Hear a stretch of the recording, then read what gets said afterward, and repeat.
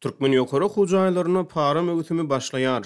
Ýurtda dowam edýän ýeti ykdysady krizisi we giň ýaýran işçiligi garamazdan Türkmenistanyň ýokary hujaýlaryna girmek üçin dalaşgärlerden para almak mögütümi ýokarlanan para mösberleri bilen başlaýar. Alatyk radiosynyň ýerli habarçysyna görä Garabazarda valyuta söwdegärleri iýun aýyna dollaryň manat garşysyna hümmetiniň ýokarlanjakdygyny çaklaýar. Görnüşinden valyuta söwdegärleriniň çaklamalary dollary bolan içerki talabyň ýokarlanmagyna garaşlmak bilen baglanyşykly.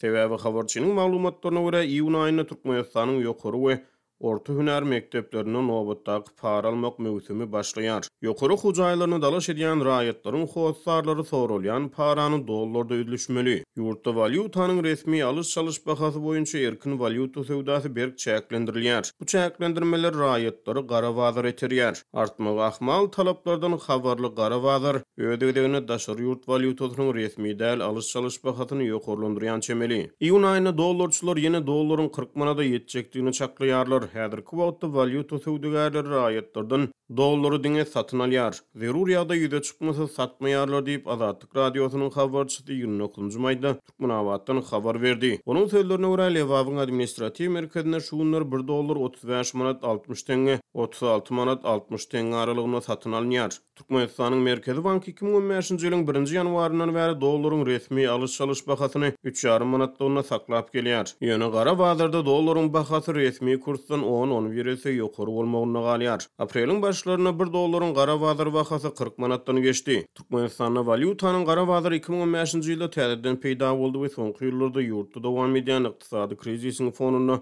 valyutanyň bahasy ýerli ýokarlandy.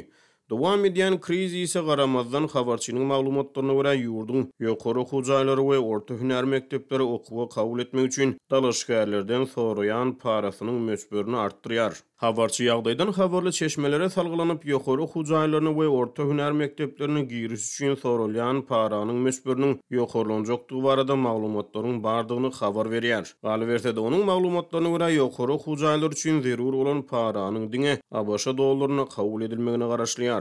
Hökümet tanqidçileri Türkmen häkimetlerini döwletiň ähli pudoklaryna para pişesini girizmekde tanqid edýärler. Azatlyk radiosy mundan azal Türkmenistanyň çağlar baglaryny umum bilim berýän orta mekteplerini, orta hünär mekteplerini, ýokary hujaýlaryna ýa-da haýsydyr bir edara kärhana işi kabul edilmekde we beýleki ugurlarda giň ýaýran para bermit barada habar berdi. Raýatlaryň ýokary hujaýlaryna para bilen okuwa kabul edilmegi häzirki zaman türkmen durmuşynyň iň açyk sırlarynyň biri bolmagyna galýar. Ýöneköy raýatlar ykdysady krizisden ejir çekýän pursatyna bu ýyl ýokary we orta hünär mekteplerine girmek üçin sorulýan paranyň mösberi näçe?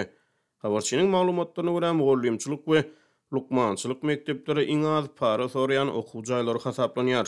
7.000 dollar. Beýleki ýokary hujaýlaryna paranyň mösberi 11.000 dollardan 100.000 dollar aralygynda ýitýär. Habarçy hukuk fakultetine okuwa girmek üçin 100.000 dollar para sorulýanyny aýdýar. Halkara gatnaşyklar 25-35.000 dollar aralygynda bahalanýar. Lukmançylyk universitetine girmek üçin 26-28.000 dollar aralygynda para sorulýar. Oba hojalyk 12.000 dollar töwereklerine bahalanýar. Mugallimçilik hünäri boýunça tälim bermek üçin Seyit Nadar Seydadynak institut dalaşgärlerden 13-15.000 dollar aralygynda para soraýar. Ýokary hujaýlar üçin sorulýan paranyň artdyrylan mösberleri ýurt raýatlary ýeti krizisi bilen ýüzbe-ýüz wagty mälim edilýär. Azatlyk radiosynyň habarçysy bilen gurrundaş bolan Lewap ýaşaýjylary bu ýyl ýokary hukuk üçin raýatlaryň daşary ýurda çykmak mümkinçilikleriniň ýokdugyny, şol sebäpden içerki ýokary hujaýlaryny istek bildirýän dalaşgärleriň sanynyň artmagynyň ahmaldygyny aýdýar. Azatlyk radiosy ýokary hujaýlar üçin sorulýan para bermit boýunça bilim ministrliginden kommentariýa alyp bilmedi.